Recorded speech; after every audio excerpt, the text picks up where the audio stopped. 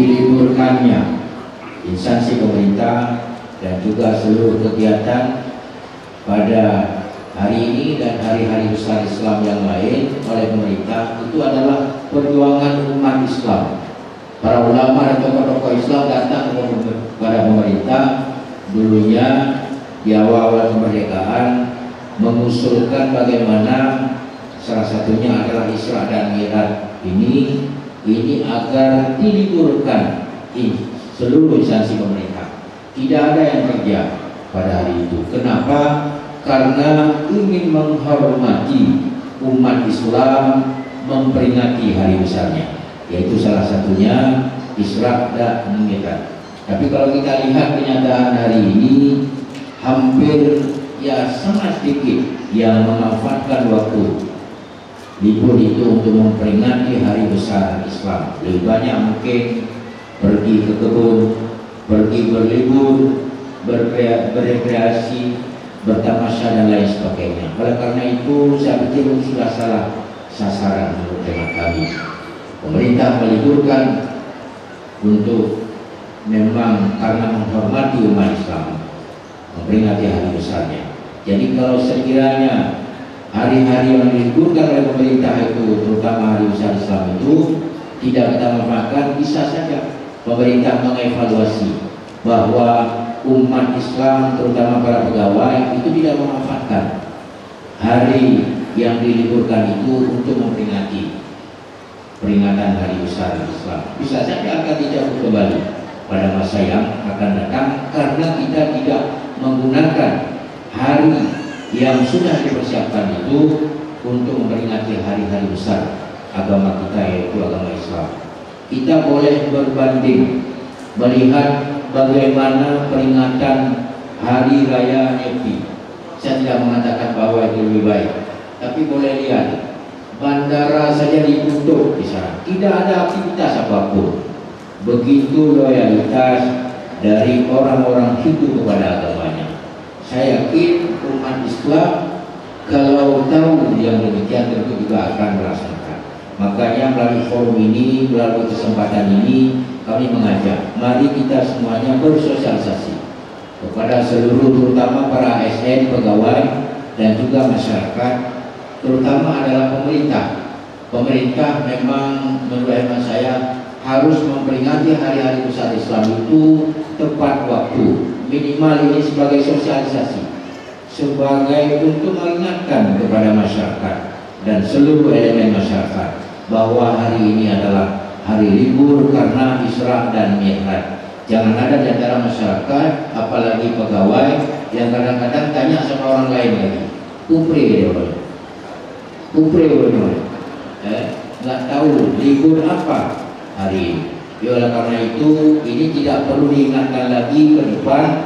Begitu peringatan hari besar Islam, apakah itu Maulid, apakah itu Isra Mi'raj dan lain-lain, itu kita manfaatkan hari yang diliburkan oleh pemerintah. Kita beramai-ramai datang ke Masjid Raya ini dalam rangka memperingati, dan kita berharap panitia bisa mengusahakan tepat waktu pelaksanaannya sehingga jam 10 sudah selesai, yang kemudian baru bisa dimanfaatkan hari libur tersebut untuk kepentingan keluarga dan lain sebagainya. Jadi barangkali hanya demikian yang dapat kami sampaikan. Sekali lagi kami mengucapkan terima kasih pada Tengku Yusuf Awahab atau Yusuf yang telah bersedia hadir di Kota Langsa dan juga hadirin sekalian. Barangkali demikian yang dapat kami sampaikan. Selamat mengikuti tausiah yang akan disampaikan oleh Al-Ustaz nantinya, dan mudah-mudahan bisa mengambil pelajaran, mengiktibar, dan pengetahuan sehingga akan lebih meningkatkan keimanan dan ketakwaan kita kepada Allah Subhanahu wa taala. Amin ya rabbal alamin. Demikian yang dapat kami sampaikan. Saya akhiri wabillahi taufiq wal hidayah. Wassalamualaikum warahmatullahi wabarakatuh. Pada hari ini kita hadir di sini dalam rangka memperingati Isra Mi'raj, mengingatkan kembali kita kepada peristiwa Isra Mi'raj. Di saat kita mau memperingati Isra Mi'raj, berarti kita memperingati tentang sebuah perjalanan perjuangan Rasulullah Sallallahu Alaihi Wasallam dalam mengimankan dan mengislamkan manusia. Di saat kita berbicara tentang Isra Mi'raj, kita berbicara saat-saat Rasulullah di dalam duka nestapa,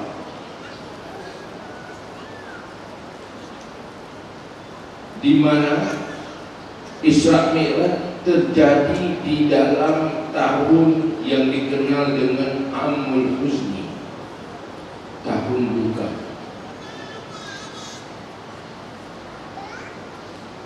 Peristiwa Isra Mi'raj masih di periode Makkah, belum di periode Madinah. Adalah periode yang sangat pahit di dalam awal proses perjuangan Rasulullah. Periode yang sangat sulit mengajak manusia untuk beriman, karena penuh tantangan, karena Rasulullah belum cukup kuat di dalam memperjuangkan Islam.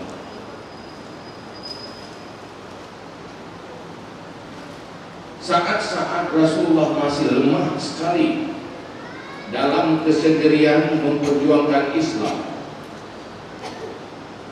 ada dua pengaruh kekuatan yang memperkuat kelemahan Rasulullah,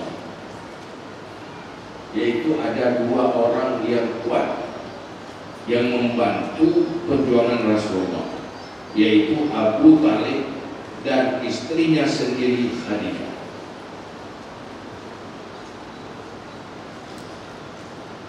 Dua orang inilah yang membuat Rasulullah terlindungi dari ancaman-ancaman yang sangat berbahaya, karena kekuatan ketokohan Abdul Muttalib dan Khadijah lah yang sangat membantu Rasulullah.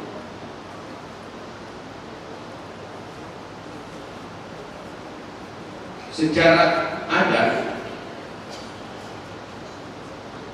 tanpa Khadijah, tanpa Abdul Muttalib, gampang Rasulullah dibunuh dan dihancurkan. Tetapi ada pertimbangan, itu kemanakan seorang tokoh yang sangat berpengaruh dan suami seorang wanita yang sangat berjasa kepada orang Makkah. Karena Khadijah adalah seorang konglomerat Makkah, pemodal yang membantu kehidupan perdagangan pedagang-pedagang Makkah. Abu Talib adalah tokoh kuat.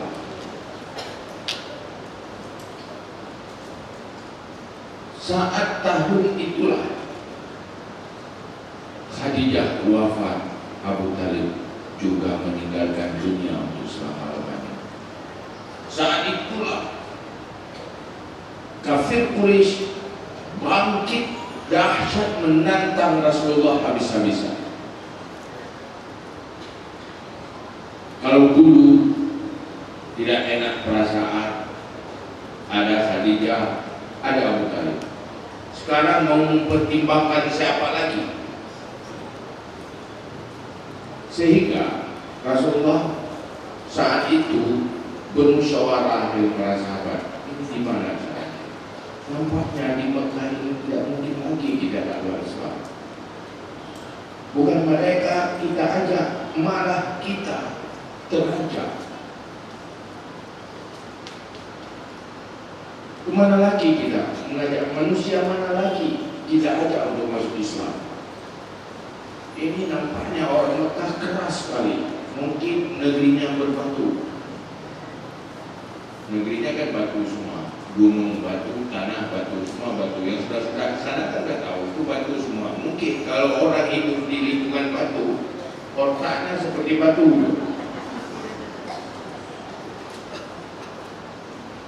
Maunya ini negeri panas, orangnya juga panas. Kita pergi ke negeri dingin, musyawarah kita ke Taif. Mungkin di sana negerinya dingin, orang berkepala dingin, gampang terima. Berkata ke Taif, apa yang terjadi tidak seperti yang disangka. Rupanya di sana juga mendapat perlawanan luar biasa. Tokoh-tokohnya melakukan agitasi dan provokasi terhadap Rasulullah. Dia panggil kanak-kanak, anak kecil yang belum tahu apa-apa, anak ABG yang belum tahu apa-apa. Diprovokasi, itu orang gila dari Makkah sudah datang. Kamu kejar. Mana uminya? Ngomong gak cocok. Batu dah ngomong, gak cocok itu. Mereka melempari Rasulullah dengan sorakan orang gila, orang gila. Maka Rasulullah kepalanya tertimpa batu, tumitnya tertimpa batu, lemparan anak-anak karena disangka orang gila, sehingga banyak mengeluarkan darah. Rasulullah lemas, sehingga sahabat dan Zaid bin Harisah memangku Rasulullah di pinggir pagar. Saat itulah Rasulullah mengucapkan, Allah mahdi qaumi fa innahum la ya'lamun. Ya Allah, tunjuki kaumku, beri hidayah kepada kaumku, karena mereka tidak tahu.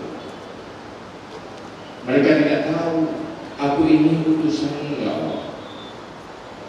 Mereka tidak tahu siapa diriku. Maka wajar mereka menganggap aku orang gila. Karena kelembutan Rasulullah dihadapi dengan doa. Mereka, Rasulullah melihat, karena mereka tidak tahu maka wajar mereka melawanku. Kalau mereka tahu,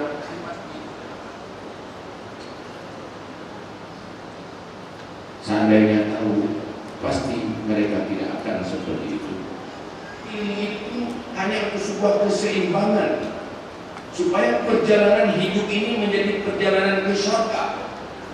Maka harus pastikan 3 hal itu. Untuk memastikan 3 hal itu, belajarlah ilmu syariah dan ilmu agama dalam setiap profesi kita.